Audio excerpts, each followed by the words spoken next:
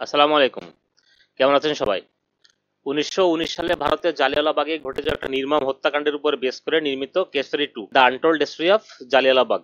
তো এই মুভিটা কেমন সেটা নিয়ে আজকে কথা বলবো। তো অক্ষয় বহুদিন ধরে আসলে এমন একটা ক্যারেক্টার পাচ্ছিল না, যার কারণে মানুষ তাকে পছন্দ করছিল না। তার রিসেন্ট কয়েকটা মুভি কিন্তু ফ্লপ, এবং তাকে আসলে ফ্লপের বাদশা হিসেবে খেতাব দেওয়া হচ্ছিল যে 40 দিন 45 দিনে মুভি করে, তার ছবি সবসময় ফ্লপ যাচ্ছে, তার ক্যারিয়ার হয়তো বা খতম। কিন্তু আসলে কেসারি 2 যদি আপনি দেখেন, এটা একটা কোর্টরুম ড্রামা। এই মুভিতে অক্ষয় যে দুর্দান্ত অভিনয় করেছেন, ও মাই গড! আসলে তিনি যে আসলে একজন ভালো অভিনেতা, তিনি যে ভালো স্ক্রিপ্ট পেলে এবং একটা সিরিয়াস রোল পেলে যে ফাটিয়ে দিতে পারেন, সেটা আসলে তিনি এই মুভিতে প্রমাণ করেছেন।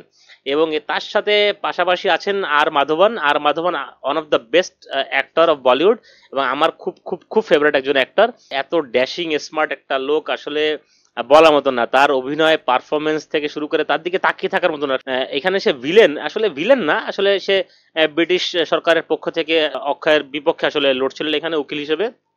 তো তার যে অভিনয় বা অক্ষয়ের সাথে যে ফেস অফ, এগুলো আসলে অত্যন্ত সুন্দর এবং আপনারা দেখে আসলে এনজয় করবেন। এছাড়া এই মুভিতে আরো অভিনয় করেছেন অনন্যা পান্ডের সকল ক্যারিওগ্রাফিতে যত অভিনয় করেছেন তিনি, তার ভিতরে বেস্ট মুভি হচ্ছে এটা। এখানে তিনি বেস্ট পারফরমেন্সটা দিয়েছেন, যদিও তার ক্যারেক্টার অনেক বেশি বড় না, তবে ফুল মুভিতে তিনি বলতে গেলে ছিলেন টুকটাক, পাশাপাশি সাইডে ছিলেন অক্ষয়ের অ্যাসিস্ট্যান্ট হিসেবে। এখানে অক্ষয়ের ক্যারেক্টারটা হচ্ছে গিয়ে অ্যাডভোকেট নায়ার, যিনি ব্রিটিশদের পক্ষ হয়ে বিভিন্ন কেস লড়ে থাকেন। কিন্তু যখন এই জালিয়ানওয়ালাবাগের এই ঘটনাটা ঘটে, এরপরে তার সাথে কিছু ইনসিডেন্ট ঘটে, যার কারণে তিনি ব্রিটিশদের বিপক্ষে আসলে কেস ফাইল করেন। যদি আপনারা হিস্ট্রি হিসাবে এই মুভিটাকে কাউন্ট করতে যান, তাহলে কিন্তু আসলে এখানে হিস্ট্রিতে অনেক কিছু গোজামিল করা হয়েছে। আসলে সিনেমা করতে গেলে মুভিতে আসলে হিস্ট্রি সবকিছু রাখা যায় না। এখানে আমি যদি কয়েকটা উদাহরণ দেই, যে আর মাধবনের যে ক্যারেক্টার, তিনি একজন ব্রিটিশ এবং Indian, half British half Indian, কিন্তু মূল হিস্ট্রিতে যিনি ছিলেন অক্ষয়ের এগেনস্ট, অর্থাৎ অ্যাডভোকেট নায়ারের এগেনস্টে যিনি লড়েছিলেন, তিনি আসলে ফুল ব্রিটিশই ছিলেন, তিনি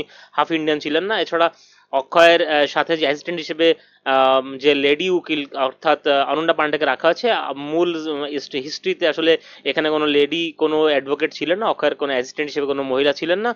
এছাড়া এখানে যে এই হত্যাকাণ্ডের সাথে জড়িত যা জেনারেল ডায়ার, যার নেতৃত্বে আসলে হত্যাকাণ্ডটা ঘটানো হয়েছিল, তার যে কিছু সাইকোলজিক্যাল ট্রমা দেখানো হয়েছে, সাইকোলজিক্যাল কিছু ইস্যুস আসলে দেখানো হয়েছে, সেগুলো আসলে এই সিনেমাতেই আসলে পরিচালক ইনক্লুড করেছেন, এগুলো হিস্ট্রিতে আসলে নাই। তো এই সমস্ত দিকগুলো যদি বাদ দিয়ে, আপনারা যদি হিস্ট্রিটাকে বাদ দিয়ে যদি এটা আহ, একটা ফিল্ম হিসেবে দেখেন, তাহলে আপনি অবশ্যই অবশ্যই অবশ্যই এনজয় করবেন। কোর্টরুম ড্রামা সাধারণত অনেক সময় বোরিং হয়ে যায়, একই কোর্টের ভিতরে কথাবার্তা বলা, একজনের সাথে আর্গুমেন্ট করতেছে, সাক্ষী আনতেছে, এগুলো আসলে একটা সময় যে বোরিং লাগে। কিন্তু এই মুভিটাতে আমি 100% গ্যারান্টিতে বলতে পারি, আপনাদের এক ফোঁটা বোরিং লাগবে না। একদম শুরু থেকে শেষ পর্যন্ত আপনারা টান টান উত্তেজনা থাকবেন। প্রথম 15 মিনিট যদি আপনি দেখেন, আপনার চোখে পানি চলে আসবে। আপনারা যারা ট্রেলার দেখেছেন, ট্রেলারে দেখতে পারবেন কি নির্মম হত্যাকাণ্ড করা হয়েছিল। সেই নির্মম হত্যাকাণ্ডের ওই সিনগুলাই এখানে আছে, সাথে 2-4 মিনিটের একটু কিছু বেশি ফুটেজ এখানে আছে। তবে যে আর্তনাদ, যে গুলি বর্ষণ, যে মানুষের বাঁচার যে লড়াই, আসলে এটা দেখলে আসলে চোখে পানি চলে আসবে। আর শেষের দিকে 20-25 মিনিট এমন গুজবাম দিবে, তা আসলে আহ, বলে প্রকাশ করা যাবে না। আপনাকে মুভিটা দেখতেই হবে। আমি সবকিছু বলবো না। এছাড়া কোর্টের ভিতরে কিছু দৃশ্য আছে যেখানে অক্ষয় সরাসরি জজকে ফাক ইউ বলেন, এবং অনেক কয়েকবার এফ ওয়ার্ড গুলো ইউজ করেন তিনি, যার কারণে তাকে সাসপেন্ড করা হয়। তার উকালাত যে লাইসেন্স, উকিলের যে লাইসেন্স, সেটা জব্দ করে নেওয়ার অর্ডার দেওয়া হয়, এবং এরপরে তাকে নিয়ে শুনানিতে বসে। তো এই সমস্ত সিনগুলো দেখলে শরীরের পশম খাড়া হয়ে যাবে, এমন গুজবাম দেওয়া মুভি।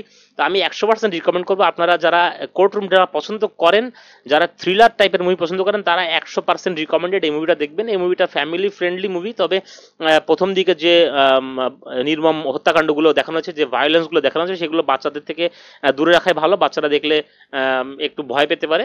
এছাড়া পুরো মুভিতে কোথাও কোনো গালিগালাজ বা অ্যাডাল্ট সিন তো নাই। এখানে অক্ষয়ের স্ত্রী হিসেবে যিনি আছেন, সাউথ ইন্ডিয়ান একজন অ্যাক্ট্রেস, আমার সঠিক নামটা মনে নেই, কি কাসান্দ্রা সম্ভবত, আমার নামটা সঠিক মনে আসতেছে না। তবে এই মহিলার খুব বেশি একটা বড় ক্যারেক্টার না এখানে। অ্যাডভোকেট নায়ারের স্ত্রী হিসেবে তিনি আছেন, সাইড ক্যারেক্টার হিসেবে, খুব ছোট একটা রোল। তবে তার জাট মুভিতে যে অভিনয় তিনি করেছিলেন, কয়েকদিন আগে জাট মুভি দেখলাম, সেই জাট মুভিতে যে দুর্ধর্ষ ভিলেনের অভিনয় তিনি করেছিলেন, একা কোপে গলা কেটে ফেলছিলেন। তো তখন থেকে তার আসলে তার অভিনয়ের প্রেমে পড়ে গেছি। অক্ষয়ের যে ফ্লপ মাস্টার হিসেবে তিনি যে আখ্যায়িত হচ্ছিলেন, সেই ফ্লপ থেকে তিনি বেরোয় এসে তার পুরনো কারিশমায় তিনি ফেরত আসবেন এই মুভিটার মাধ্যমে। এবং অক্ষয়কে এই ধরনের সিরিয়াস রোলে আসলে দেখতে চাই।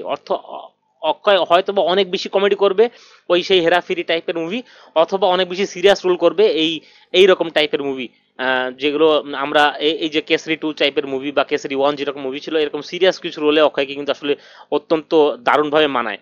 তো এই ছিল আজকে কেসরি 2 নিয়ে কথাবার্তা।